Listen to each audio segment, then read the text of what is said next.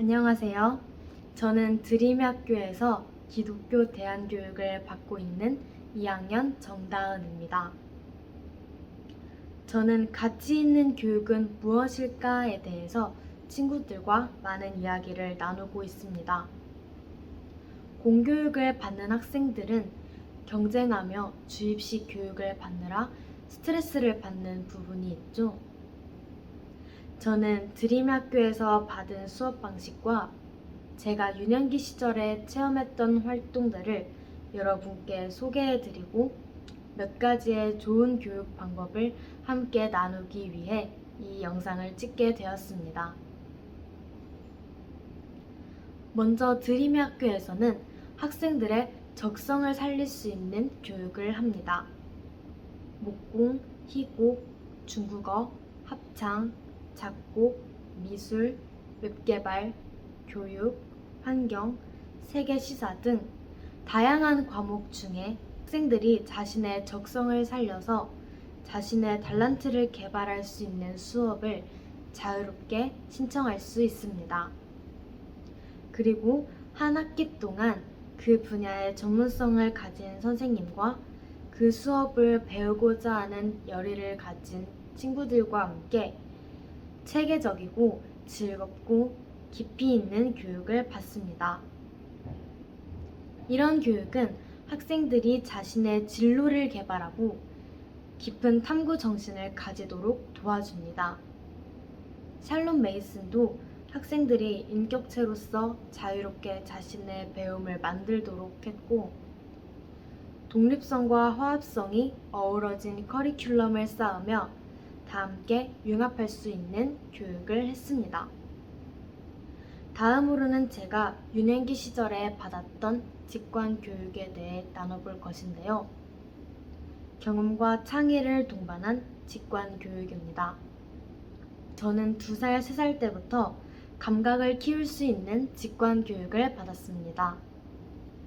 다각형으로 된 교구를 쌓아 성을 만들고 성벽을 지었습니다.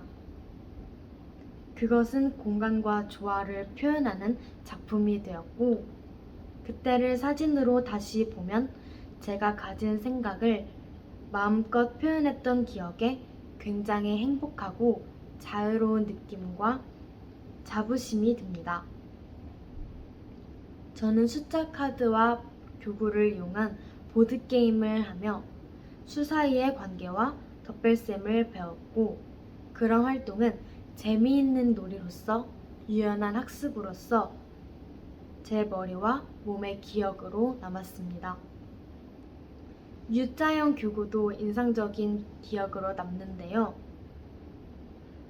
그 교구로 그라데이션처럼 점점 커지는 무지개색 터널을 지을 수 있었고, 그 교구를 뒤집고 채로 두드리면 실로폰처럼 연주를 즐길 수 있었습니다. 또 어릴 적에 시골에서 자연과 함께 했던 활동이 있습니다. 동생과 함께 꽃을 가지고 꽃꽂이를 만든 것인데요. 제 할머니 댁 앞에는 다양한 형태와 색깔의 꽃이 피어 있었는데, 그것들을 따다가 한 푼만한 크기의 스티로폼에 꽂아서 꽃꽂이를 했습니다. 제 동생은 꽃들이 가운데를 중심으로 모아지는 꽃꽂이를 만들었고, 저는 새 모서리 끝으로 다양한 꽃들이 퍼져나가도록 만들었습니다.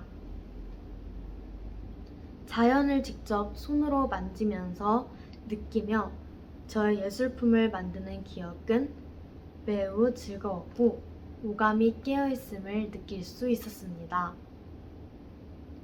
이와 관련된 직관교육은 페스탈루치의 교육이 좋은 예시가 됩니다. 페스탈루치의 불크돌프 학원에서는 아이들이 자연을 느끼면서 학습할 수 있도록 학교 교육에 자연을 적용시키는 교수법을 실행했습니다. 또한 아이들이 교구를 통해 학습할 수 있는 환경을 만들었습니다.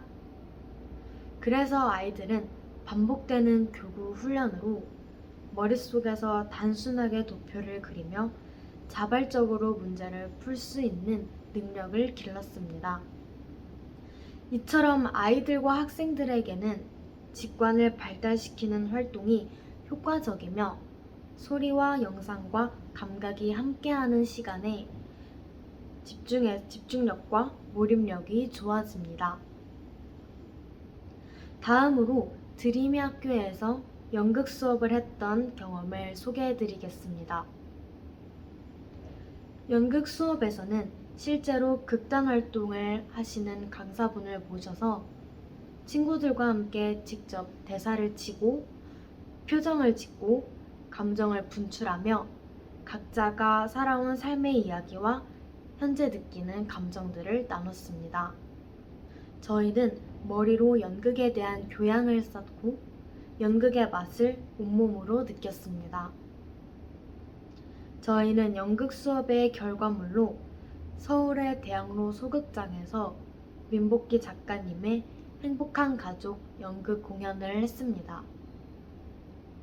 이 연극을 통해 관객들과 가까운 거리에서 가족이 어떤 의미인지, 우리는 가족을 어떻게 생각하고 있는지에 대해 소통할 수 있었습니다. 우리 연기자들과 관객들은 기쁨과 슬픔 등 감성의 영향을 서로 주고받았고, 연기자들은 함께 연기하며 상대방의 대사를 온몸으로 듣고 반응하는 경험을 했습니다. 또한 저는 연극을 삶의 가치와 연결시킬 수 있는 것을 배우며 연극에 대한 관심이 커지고 예술인의 직업에 대해 체험해 볼 수 있었습니다.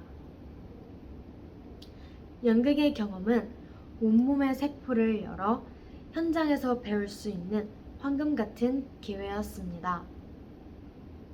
다음으로 소설 창작 수업을 받은 경험을 소개해 드리겠습니다.